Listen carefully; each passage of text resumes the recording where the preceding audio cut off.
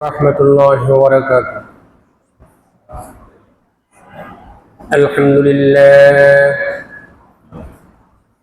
لله وكفى وسلام على عباده الذين اصطفى.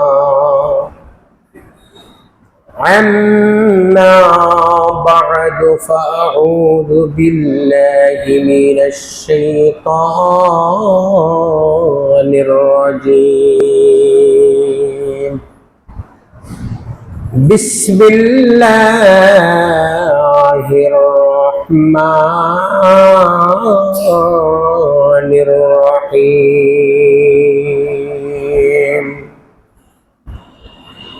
فلما بلغ معه السعي قال يا بني إني أرى في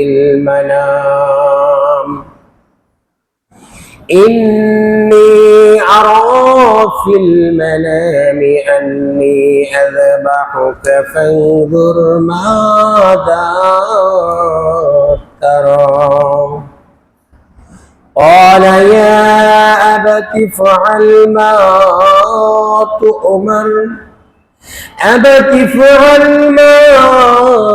تؤمر ستجدني إن شاء الله من الصابرين.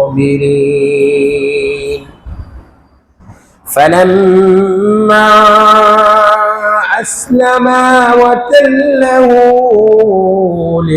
للجبين وناديناه أن يا إبراهيم قد صدقت الرؤيا إنا كذلك نجزي المحسنين. صدق الله المولانا العظيم وصدق رسوله النبي الكريم ونحن على ذلك من الشاهدين والشاكرين والحمد لله رب العالمين. সকলে দরুদ ইব্রাহিম পড়েন অত্যন্ত মহব্বতের সাথে। আল্লাহুম্মা সাল্লি আলা মুহাম্মাদ ওয়া আলা আলি মুহাম্মাদ কামা সাল্লাইতা আলা ইব্রাহিম ওয়া আলা আলি ইব্রাহিম ইন্নাকা হামিদুম মাজিদ. اللهم بارك على محمد وعلى آل محمد كما باركت على إبراهيم وعلى آل إبراهيم إنك حميد مجيد. আলহামদুলিল্লাহ, আল্লাহ পাকের অসংখ্য অগণিত মেহেরবানি যে আল্লাহ পাক রব্বুল আলামিন আপনি আমাদেরকে পবিত্র দিন শুক্রবার জুমার দিনে জুমার নামাজ আমরা জামাতের সহিত আদায় করার জন্য মসজিদে এসে একত্রিত হইতে পেরেছি। এই জন্য আল্লাহ পাক রব্বুল আলামিনের আলিশান দরবারে শুকরিয়া জ্ঞাপন করি, বলি আলহামদুলিল্লাহ। আমরা কোরবানির ইতিহাস নিয়ে আলোচনা করতেছিলাম। আমরা বিগত সপ্তাহে আলোচনা করেছি আমরা কোরবানি শুরু হয়েছিল আদম আলাইহিস সালাতু ওয়াস সালামের দুই পুত্র হাবিল কাবিলের কোরবানি থেকে কোরবানির ইতিহাস শুরু হয়। আমরা যে কোরবানি করি এই কোরবানি হচ্ছে হযরত ইব্রাহিম আলাইহিস সালাতু ওয়াস সালামের কোরবানি। মিল্লাত আবিকুম ইব্রাহিম হুয়া সাম্মাকুমুল মুসলিমিন। আমরা ইব্রাহিম আলাইহিস সালাতু ওয়াস সালামের মিল্লাত, ইব্রাহিম আলাইহিস সালাতু ওয়াস সালামের সুন্নাত হিসাবে আমরা কোরবানি করি। আসলে কোরবানিটা কি?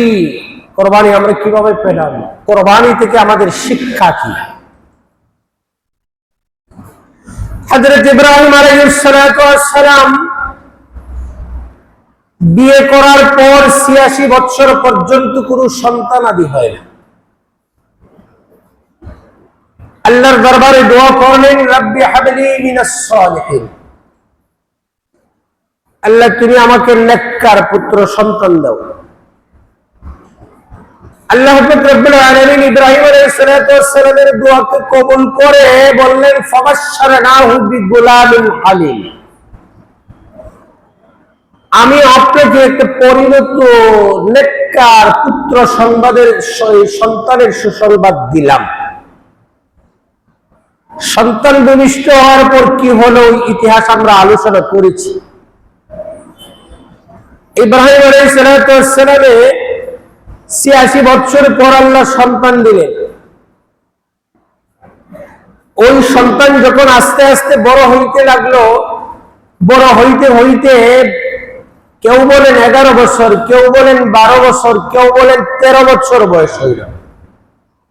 কোন সন্তান যখন ১৩ বছর বয়স হয় তখন পিতা মাতা বাবার সঙ্গে কাঁধে কাঁধ মিলিয়ে কাজ করার মতো একটা ব্যবস্থা হয় কি হয় না? বাবা বলে, বাবা বাজারটা করে নিয়ে আসো, বাবা বলে ওই কাজটা ওই জিনিসটা দিয়ে আসো।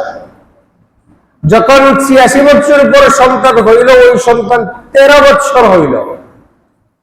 আল্লাহ পাক রব্বুল আলামিন হযরত ইব্রাহিম আলাইহিস সালাতু ওয়াস সালামকে বললেন, ইব্রাহিম তুমি তোমার ছেলেকে কুরবানি দাও। কি দাও? হযরত ইব্রাহিম আলাইহিস সালাতু ওয়াস সালাম ঘুম থেকে উঠে চিন্তা করলেন করবেন কি। এখন স্বপ্ন এমন একটা জিনিস, স্বপ্নের ব্যাখ্যা মানুষ বিভিন্ন ভাবে করে কি করে না। আল্লাহর খলিল ইব্রাহিম আল্লাহকে ডাইরেক্ট ইব্রাহিমকে জানিয়ে দিতে পারতেন না তোমার ছেলেকে কুরবানি করো? পারতেন না। স্বপ্নে দেখালেন কেন? এটাও আর একটা পরীক্ষা। কারণ স্বপ্নের ব্যাখ্যা এবং তাবির মানুষ বিভিন্ন ভাবে করতে পারে। আমি আমার খলিল ইব্রাহিমকে দেখাতে চাই যে আমি স্বপ্নের মাধ্যমে দেখাইয়া ইব্রাহিমের অন্তরটা পরীক্ষা করতে চাই। ইব্রাহিম স্বপ্নের তাবির সোজা করে না ভিন্ন করে? সোজা করে না। স্বপ্নের তাবির কি একরকম হয়? একরকম হয়।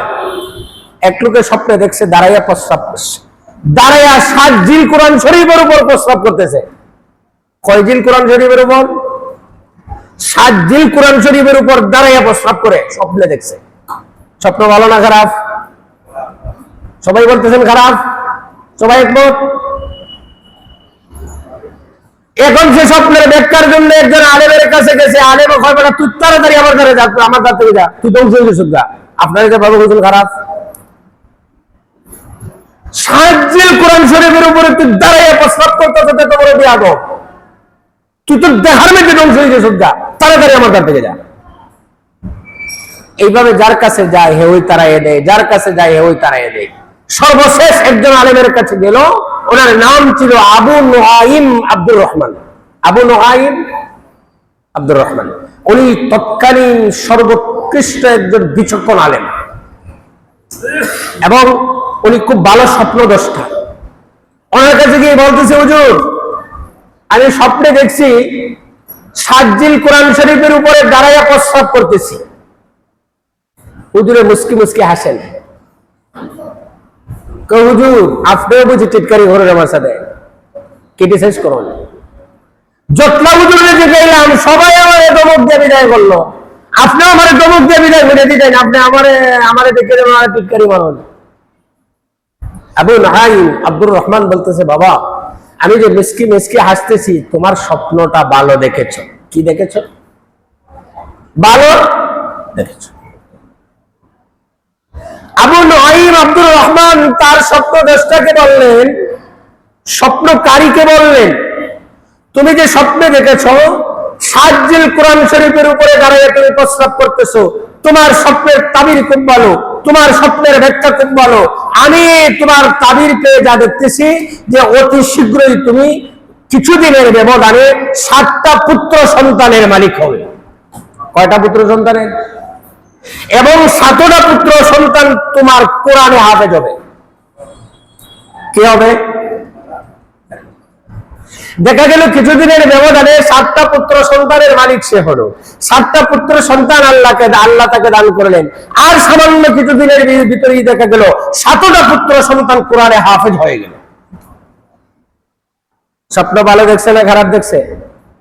এখন বলেন, ভালো দেখছে না খারাপ দেখছে? স্বপ্নের ব্যাখ্যা বিভিন্ন ভাবে হয়। এই জন্য স্বপ্ন সবাইকে বলতে নাই, স্বপ্ন সবাইকে বলতে নাই। স্বপ্ন যদি মনে করেন স্বপ্ন দেখিয়ে 2 রাকাত নফল নামাজ পড়বেন, আল্লাহ স্বপ্নের ভালো ফলাফল তুমি আমার উপরে বার্তায়। আমি এমন করি, স্বপ্ন কাউকে বলি, নিজের ওয়াইফ কেও না যে আজকে একটা স্বপ্ন দেখছি। স্বপ্ন দেখলে 2 রাকাত নামাজ পড়ে আল্লাহর কাছে দোয়া করি, আল্লাহ তুমি স্বপ্নের যদি ভালো কোনো ফলাফল থাকে, এটা তোমার কাছে আমি চাই, এটা তোমার কাছে আমার মঙ্গল প্রত্যাশা, আমি তোমার কাছে চাই। তা কেমন এর বাস্তব নমুনা আমি কাকতালীয় ভাবে গতকাল আমার মেয়ে দিয়ে দিছি। বলেন আলহামদুলিল্লাহ। 3-4 দিন আগে আলাপ হয়েছে, ছেলে লন্ডন থেকে আইছে 19 দিনের ছুটি। লন্ডন যাওয়ার আগ মুহূর্ত পর্যন্ত ছেলে সম্পর্কে আমি জানি ছেলে 100 ভাগ সচ্চরিত্রের অধিকারী, একটা আদর্শ সন্তান, এত সন্দেহ নাই। তখন ভদ্র মাদ্রাসায় পড়তো এবং ছেলেটা খুবই ভদ্র, নম্র, খুব বিচক্ষণ। কিন্তু 4 বছর হচ্ছে লন্ডন গেছে, গিয়ে এখানে ওয়ার্ক পারমিটে গেছিল, গিয়ে সেটেল হচ্ছে। তো এখানে 4 বছরের কি অবস্থা আমি তো জানি না। আমার ছোট ভাইকে ফোন করলাম এই অবস্থা। আমার ছোট ভাই খোঁজখবর নিয়ে বললো, ভাই ছেলে 100 ইউরোপে এসছে, সচ্চরিত্রবান, এসছে, ভালো কোনো ছেলে হয় না, তাড়াতাড়ি বিয়ে দিই। এটা ব্যারিস্টার আব্দুল মতিন সাহেবের নাতি। আব্দুল মতিন সাহেব আমার বন্ধু মানুষ এবং আমার কাগজপত্র, মামলার ফাইল পত্র যা আছে সব আব্দুল মতিন সাহেব ডিল করে। কাজে এখানে বিয়েতে কোনো সমস্যা নেই। ছেলে আসছে গত পরশুদিন দুপুর 12টায়। ছেলের বাবা আমাকে বললো যে আগামীকালকে আপনার বাসাতে আমি চা খাই। এর ভিতরে 3 দিন আমি ইস্তেখারা করছি। 3 দিন, 3 দিনেই স্বপ্নের মাধ্যমে ভালো কিছু পেয়েছি। ভালো কিছু প্রতিদিন 2 রাকাত করে সালাতুল হাজত, কাদায়ে হাজত পড়েছি। মওলা এটা যদি দুনিয়া এবং আখিরাতের কল্যাণ থেকে থাকে, এটা আমার জন্য তুমি সহজ করে দাও। আর এটার মধ্যে যদি কোনো ধরনের অকল্যাণ থাকে, তাহলে তুমি আমাকে এটা থেকে বিরত রাখো। গতকাল সে আসলো, আমি বললাম আপনি আপনার ছেলেকে আগে নিয়ে দেখান। না না, এ দেখতেন তা হবে না, শুধু ছেলে দেখবে। ছেলে দেখছে, দেখে আসিয়া বলতেছে আলহামদুলিল্লাহ। এখন বলতেছে ভাই আপনি এখন কি চাইন বলেন। আমি আপনার ছেলের মতো একটা আদর্শ নেককার সন্তান পাইছি, আমি পেয়ে গেছি, আর কিছু লাগে না। মহল নির্দিষ্ট করছে, নগদ দিয়ে দিচ্ছে। এখন ভয় আত্ম করে লিখতে। আমি বললাম যে আবার একটু সুযোগ দিন, একটা মাত্র মেয়ে, একটা সপ্তাহ সুযোগ দিন। 19 দিনের ছুটি, তার অনেক কাজ আছে, 1 মাসের ভিতরে মেয়ে নিয়ে যাবে। এর ভিতরে কাগজপত্র অনেক কিছু মেনটেনেন্স করতে হবে, অনেক কিছু বোঝানোর পর শেষ পর্যন্ত আত্ম দিয়ে দিচ্ছে। তাহলে স্বপ্ন এমন এক জিনিস, স্বপ্নের মাধ্যমে মানুষ, স্বপ্নের, আমি এটা বলার উদ্দেশ্য ছিল স্বপ্ন বোঝানো। ইব্রাহিম আলাইহিস সালাম স্বপ্নে দেখেছেন 4 ছেলেকে কোরবানি করতেছে। আল্লাহ স্বপ্নে ইব্রাহিম আলাইহিস সালামকে কেন দেখালেন? যে দেখি আমার ইব্রাহিম স্বপ্নের ব্যাখ্যা সোজা করে না ভিন্ন ভাবে করে। ইব্রাহিম আলাইহিস সালাম ঘুম থেকে উঠে স্বপ্নের ব্যাখ্যা ভিন্ন ভাবে করলেন না, সোজা করে নিলেন। বলতেছেন ফালাম্মা বালাগা মাআহু সাইয়া ক্বালা ইয়া বুনাইয়া ইন্নী আরা ফিল মানাম, আমার ছেলে আন্নী আযবাহুকা ফানজুর মাযা তারা, আমি স্বপ্নে দেখেছি গতকাল তোমাকে আমি জবাই করেছি। এখন ছেলে তো মনে মনে ভাবতেছে আমার বাবা তো নবী, নবীদের স্বপ্ন কোনোদিন বৃথা যায় না, নবীদের স্বপ্নের নামও ওহী। আল্লাহ স্বপ্নের মাধ্যমে ওহী পাঠাতেন। নবীদের স্বপ্ন যেহেতু ওহী, কাজেই আমার বাবার স্বপ্ন কোনোদিন মিথ্যা হইতে পারে না। দেখেন বাপ কা বেটা সিপাহী কা গুরা, ছেলে উত্তর দেয় ক্বালা ইয়া আবাতি ফাআল মা তু'মার সাতাজিদুনি ইনশাআল্লাহু মিনাস সাবিরিন।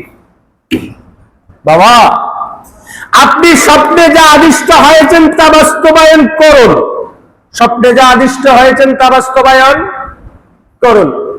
এখন করিয়া বলতেছে আপনি বিগলিত হবেন না, আপনি গাবড়িয়ে যাবেন না, ইনশাআল্লাহু মিনাস সাবিরিন, আমাকে ধৈর্যশীলদের অন্তর্ভুক্ত পাবেন।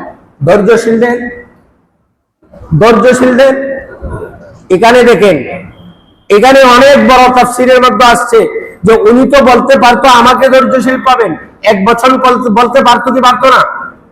উনি মনে মনে ভাবলেন ধৈর্যশীল শুধু আমি একা না, ধৈর্যশীল হয়ে থাকাটা এটা আমার কৃতিত্ব না, আরো ধৈর্যশীল থাকতে পারে।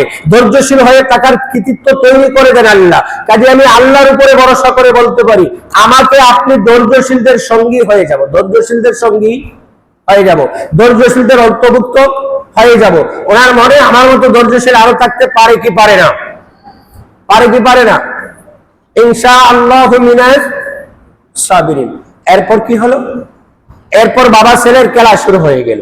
বাবা ছেলের খেলা শুরু হয়ে গেল। বাবা ছেলেকে নিয়ে কোরবানগাহে রওনা হয়ে গেল। কোথায় গেল? কোরবানগাহে। কোরবানগাহে রওনা হয়ে গেল। রওনা হয়ে যাওয়ার পর বাবা তার ছেলে তার বাবাকে কয়েকটা কথা বলল। ছেলে তার বাবাকে কয়েকটা কথা বলল। 1 নাম্বার বলল, হে বাবা, আপনি আমার বাবা, আমি আপনার সন্তান। পৃথিবীর কোন বাবার সামনে কোন সন্তান জবাই হবে এটা কোনো বাবা বরদাস্ত করতে পারে না। পৃথিবীর কোন বাবা এটা ধৈর্য ধরতে পারে না। হে বাবা, আপনি আমাকে জবাই করার আগে আপনার চক্ষুটা বন্ধ করে দিয়েন। কি করে দিয়েন? চক্ষুটা কোনো কাপড় অথবা পর্দা দিয়ে চক্ষুটা বন্ধ করে নিয়েন। নাম্বার 2, আপনি আমার হাত পাওটা ভালো করে বেঁধে ফেলুন। আমার হাত পাওটা ভালো করে বেঁধে ফেলুন। কেন? মরতে মানুষ বাঁচতে চায়। মরতে মানুষ বাঁচতে চায় কি চায় না? মনের ভিতরে যখন গুসা আসে মরে যাব, ফাঁস লেগেই মরে যাব। ফাঁসের রশি যখন গলায় লাগাইয়া এইবার খুব চেষ্টা করে বাঁচার জন্য আর বাঁচতে পারি না। যত চেষ্টা করে বাঁচার জন্য অত তাড়াতাড়ি মরে। ঠিক না বেটি? মরতে মানুষ বাঁচতে চায়। হে বাবা, আপনি আমার হাত পাওটা খুব ভালোভাবে বেঁধে নিন, কারণ আমি তো মানুষ। এখন আমি প্রস্তুত হয়েছি, আল্লাহর সামনে আমি কুরবানি হব। কেমন কিন্তু এবার হইতে পারে আপনি যখন আমাকে জবাই করার জন্য আমাকে মাটিতে শোয়া ফেলবেন, এমত অবস্থায় আমার বেঁচে থাকার আকাঙ্ক্ষা মনের ভিতরে চলে আসতে পারে। আমি নড়াচড়া করতে পারি। আমি যদি নড়াচড়া করি কি জানি আমার মাওলা নাখুশ হয়ে যায়। কেমন কুরবানি রে! আমি যদি নড়াচড়া করি, যদি আমার আল্লাহ আমার প্রতি নাখুশ হয়ে যায়, আমার আল্লাহ আমার প্রতি নারাজ হয়ে যায়। এই জন্য আপনি আমার দেহটাকে খুব ভালোভাবে বেঁধে ফেলুন। নাম্বার 3, এ বাবা, আপনার ছুরিটা খুব ভালোভাবে দাঁড় করে নিন। কি করে নিন? আপনার ছুরিটা যদি ভালোভাবে দাঁড় না করেন, কাটতে আপনার বেশি কষ্ট হবে। আপনি তো আমার বাবা, আপনি কষ্ট পান এটা আমি চাই না। আপনি কষ্ট পান আমি এটা চাই না। আমাকে জবাই করতে যেন আপনার বেশি কষ্ট না হয়। তাহলে ছুরিটাকে একটু এমন ভাবে দাঁড় করে নেবেন যাতে করে আমার গলায় লাগানোর সাথে সাথে আমার গলাটা কেটে যায়। নাম্বার 4, ও বাবা, আপনি আপনার পরনের কাপড়টা খুলে ফেলুন। কারণ হচ্ছে আপনার পরনে যদি কাপড় থাকে, আমার রক্তের ছিটা আপনার কাপড়ে রাখতে পারে। আমার রক্তের ছিটা যদি আপনার কাপড়ে লাগে, ওই কাপড়ে রক্তের ছিটা দেখে আপনার মনের ভিতরে তকব্বরি আসতে পারে, অহমিকা আসতে পারে। আমি তো জবিউল্লাহর বাবা। যদি আপনার মনের ভিতরে ওই ধরনের অহমিকা এবং তকব্বরি আসে, আমি জবিউল্লাহর বাবা, আমার আল্লাহর দরবারে এই কুরবানি কবুল হবে না। কাজে আপনার পরনের কাপড়টা খুলে ফেলুন। 5 নম্বর হলো আপনি ইচ্ছা করলে আপনার কাপড়টা আমার কাপড়টাও খুলে ফেলুন।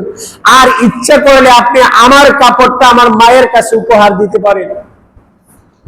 আমার মা জননীকে বললেন, আমি চলে আসতে, আমি আমার মায়ের কাছ থেকে বিদায় নিয়ে চলে আসতে পারি নাই।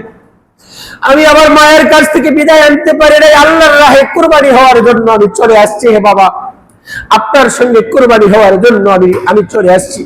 মায়ের কাছ থেকে আমি বিদায় নিয়ে আসতে পারি নাই। আমার পরনের জামাটা আমার মায়ের কাছে রেখে দিও।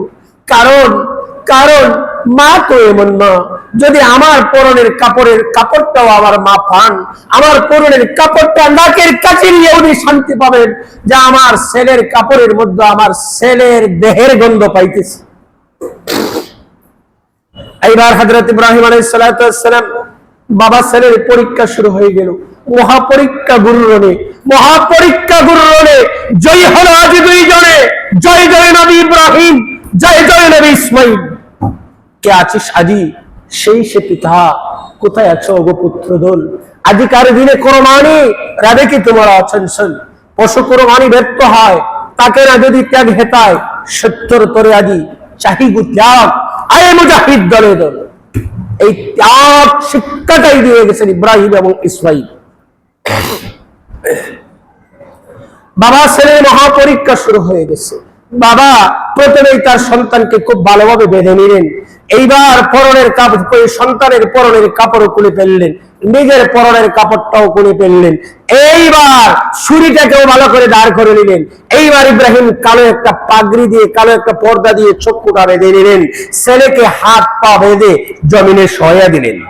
জমিনে জমিনে আল্লাহ বলেন, যখন বাবা তৈরি হয়ে গেল সন্তানকে জবাই করবে, সন্তান যখন তৈরি হয়ে গেল বাবার চুরির নিচে জবাই হবে, আল্লাহ বলেন ইব্রাহিম ফালাম্মা আসলামা ওয়া তাল্লাহু লিল জাবিন। এইবার ছেলে এবং বাবা যখন প্রস্তুত হয়ে গেল, একজন কোরবানি হবে, আরেকজন কোরবানি করবে। কোরবানি হওয়া এবং করার জন্য যখন প্রস্তুত করে ছেলেকে কাট করে জমিনে শোয়াইয়া দিল, আল্লাহ বলেন ফালাম্মা আসলামা। এরা পিতা পুত্র এখন পরিপূর্ণ মুসলমান হইল। এরা এখন পিতা পুত্র পরিপূর্ণ মুসলমান হইল। যে ইব্রাহিমের জন্মের পূর্ব থেকে পরীক্ষা শুরু হয়েছে, যে ইব্রাহিমের জন্মের পূর্ব থেকে পরীক্ষা শুরু হয়েছে, যে ইব্রাহিম জন্মের পরে মহা পরীক্ষা হয়েছে, যেই পরীক্ষা অন্য কোন নবীর ব্যাপারে হয় নাই, যে ইব্রাহিমের জীবনটাই ছিল পরীক্ষা। এত পরীক্ষা করার পর আল্লাহ বলেন এখন ইব্রাহিম এবং ইসমাইল পরিপূর্ণ মুসলমান হয়েছে।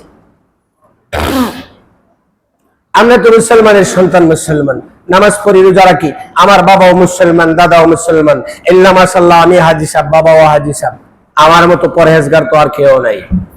আল্লাহ বলেন না, তোমার এই পরহেজগারের মধ্যে মুসলমানই না, আমি আল্লাহ মুসলমান বানিয়েছিলাম ইব্রাহিম এবং ইসমাইলকে। ইব্রাহিম এবং ইসমাইলকে পড়তে এমন ভাবে খাঁটি করেছি, খাঁটি করে আমি আল্লাহ দুনিয়াতে ইব্রাহিম এবং ইসমাইলকে মুসলমানের সার্টিফিকেট দিয়ে বলেছি ফালাম্মা আসলামা ওয়া তাল্লাহু লিল জাবিন। এইবার যখন কাট করে জমিনে শোয়াইয়া দিল বাবা, ছুরিটা চালাইতে শুরু করলো। চুরি চালাচ্ছে, গলা তো কাটছে না। ছেলে ছুরির নিচ থেকে বলতেছে, বাবা হে, আপনার মনে হয় ভালোবাসার উদ্বেগ হয়েছে, আপনার মনের ভিতরে মনে হয় আমি সন্তানের প্রতি ভালোবাসা জন্ম নিয়েছি। হে বাবা, আপনি আমাকে উপর করে শোয়ান, আমার চেহারাটুকু আপনি দেখলে মনের ভিতরে ভালোবাসা জন্মবে, প্রেম জাগবে। আর উপর করে শোয়াইলে গর্দান দিয়ে আপনি আমাকে জবাই করেন, তাহলে আর ভালোবাসা থাকবে না। চালাচ্ছে ছুরি। এইদিকে বাবা ছেলের এই খেলা গোটা আকাশ বাতাস মুখরিত হয়ে গেছে, ফেরেশতারা তাজ্জব হয়ে গেছে। আকাশের ফেরেশতারা আল্লাহকে বলতেছে, আল্লাহ ওই মুরব্বী মানুষটাকে আর কত তুমি পরীক্ষা করবা, এই মুরব্বী মানুষটার প্রতি তুমি একটু অনুগ্রহ করো, এই মুরব্বী মানুষটার প্রতি তুমি একটু অনুগ্রহ করো, এই মুরব্বী মানুষটার প্রতি তুমি একটু অনুগ্রহ করো। এইবার ফেরেশতারা দোয়া করতে লাগলো। ইব্রাহিম আলাইহিস সালাম সজোরে ছুরি চালাচ্ছেন। আল্লাহ জিবরাইলকে বলেন, ওরে জিবরাইল, আমি তো আমার ইব্রাহিমের ছেলেকে কুরবানি করার জন্য জন্ম দেই নাই, আমি তো তাকে ভবিষ্যতের নবী বানাবো, আমি তো তাকে ইসমাইলকে ভবিষ্যতের নবী বানাবো। ইসমাইলকে কুরবানির জন্য আমি সৃষ্টি করি নাই, আমি চেয়েছিলাম যা, আমি পেয়ে গেছি তা। আমি চেয়েছিলাম ইব্রাহিমের অন্তর, আমি পেয়ে গেছি ইব্রাহিমের অন্তর। আমি চেয়েছিলাম ইসমাইলের অন্তর, আমি পেয়ে গেছি ইসমাইলের অন্তর। আমি চেয়েছিলাম যা, আমি পেয়ে গেছি তা। যাও, জান্নাত থেকে একটা দম্বা নিয়ে আমার খলিল ইব্রাহিমের চুরির নিচে ধরে দাও। জান্নাত থেকে দম্বা নিয়ে আসার আগে ছুরি যখন চালাচ্ছে ইব্রাহিম, এইবার ইব্রাহিম আলাইহিস সালাম বলতেছে, ফেরেশতারা বলতেছে, লা ইলাহা ইল্লাল্লাহু ওয়াহদাহু লা শারীকা লাহু। ইয়া আল্লাহ, তোমার কোনো শরীক নেই, তোমার কোনো ইলাহ নেই। ওয়া আশহাদু আন্না মুহাম্মাদান আবদুহু ওয়া রাসূলুহু। ইব্রাহিম আলাইহিস সালাম আল্লাহু আকবার বলে ছুরি চালাচ্ছে। আমরা যে আইয়ামে তাশরিক বলি, এটা তিনজন ব্যক্তি ব্যক্তির মুখের মিশ্রিত বাণী। আমরা কি বলি আইয়ামে তাশরিকে? আল্লাহু আকবার, আল্লাহু আকবার, লা ইলাহা ইল্লাল্লাহু, আল্লাহু আকবার, আল্লাহু আকবার, ওয়ালিল্লাহিল হামদ। ছুরি চালাচ্ছে ইসমাঈল, বলতেছে আল্লাহু আকবার। ফেরেশতারা যখন ইব্রাহিম যখন আল্লাহু আকবার বলে ছুরি চালাচ্ছে, ফেরেশতারা বলতেছে লা ইলাহা ইল্লাল্লাহু, আল্লাহু আকবার। ফেরেশতারা বলতেছে লা ইলাহা ইল্লাল্লাহু, আল্লাহু আকবার, ওয়ালিল্লাহিল হামদ। এই যে এই মুখ মিশ্রিত বাণীগুলোকে আল্লাহ পাক রব্বুল আলামিন কিয়ামত পর্যন্ত মানুষের উপরে এটা ওয়াজিব করে দিয়েছে। আপনি কি করবেন? আরাফার দিনের আসরের পর থেকে, আরাফার দিনের আসরের পর থেকে, মানে ঈদের আগের দিন আসরের পর থেকে না, ঈদের আরাফার দিনের ফজরের পর থেকে 13 তারিখ আসর পর্যন্ত আইয়ামে তাশরিক মুখে একবার সদুরে, পুরুষেরা সদুরে উচ্চারণ করে একবার পড়া ওয়াজিব, 3 বার পড়া সুন্নাত। এই জন্য আমরা ওই আমলটা করব। হযরত ইব্রাহিম আলাইহিস সালামকে আল্লাহ এই মহা পরীক্ষা করলেন। ইব্রাহিম আলাইহিস সালামকে যখন ছুরি চালাচ্ছেন তার গলা কাটে না। এমত অবস্থায় আল্লাহ পাক রব্বুল আলামিন ইব্রাহিমের এই কুরবানিকে এই জান্নাতি দুম্বা এবং জান্নাতি পশুর মাধ্যমে কুরবানি আদায় করলেন। আদায় করে হযরত ইসমাঈল আলাইহিস সালামকে আল্লাহ মুক্ত করে দিলেন। আল্লাহ বলেন ফালাম্মা আসলামা ওয়া তাল্লাহু লিল জাবিন ওয়া নাদাইনাহু আইয়া ইব্রাহিম قد صدقت الرؤيا إنا كذلك نجزي المحسنين। ইব্রাহিম, তুমি তো তোমার স্বপ্ন বাস্তবায়ন করে আমাকে দেখিয়ে দিয়েছো। তুমি তো তোমার স্বপ্ন বাস্তবে দেখায়া পরীক্ষায় তুমি উত্তীর্ণ হয়ে গেছো আমার কাছে। ইন্না কাযালিকা নাজসিল মুহসিনিন। আর আমি আল্লাহ ওই সমস্ত সৎকর্মশীলদেরকেই প্রতিদান দিয়ে থাকি। আল্লাহ বলেন ওয়াফাদাইনাহু বিযিবহিন আযীম। এটা কোনো সাধারণ কুরবানি না, এটা ছিল মহা কুরবানি। وفديناه بذبح عظيم وتركنا عليه في الآخرين। আমি ওই কুরবানিকে কিয়ামত পর্যন্ত অব্যাহত রাখবো। এই ইব্রাহিম এবং ইসমাঈল আলাইহিস সালামের কুরবানিকে কিয়ামত পর্যন্ত আমার আনেওয়ালা সকল বান্দা, আমার রাসূলের আনেওয়ালা যত উম্মত, সব উম্মতগুলা ইব্রাহিম আলাইহিস সালাম এবং ইসমাঈল আলাইহিস সালামের কুরবানিকে অনুসরণ করতেই থাকবে। সালামুন আলা ইব্রাহিম। ইব্রাহিম, আমার পক্ষ থেকে তোমার প্রতি আমার সালাম। আল্লাহ ইব্রাহিম আলাইহিস সালামকে সালাম করছেন এতগুলা পরীক্ষার পর। আল্লাহ বলেন ইব্রাহিম, তোমার প্রতি শান্তি বর্ষিত হোক, আমার পক্ষ থেকে তোমার উপরে সালাম। কাযালিকা নাজসিল মুহসিনিন। আর আমি আল্লাহ পাক রব্বুল আলামিন ওই সমস্ত সৎকর্মশীলদেরকে প্রতিদান দেব।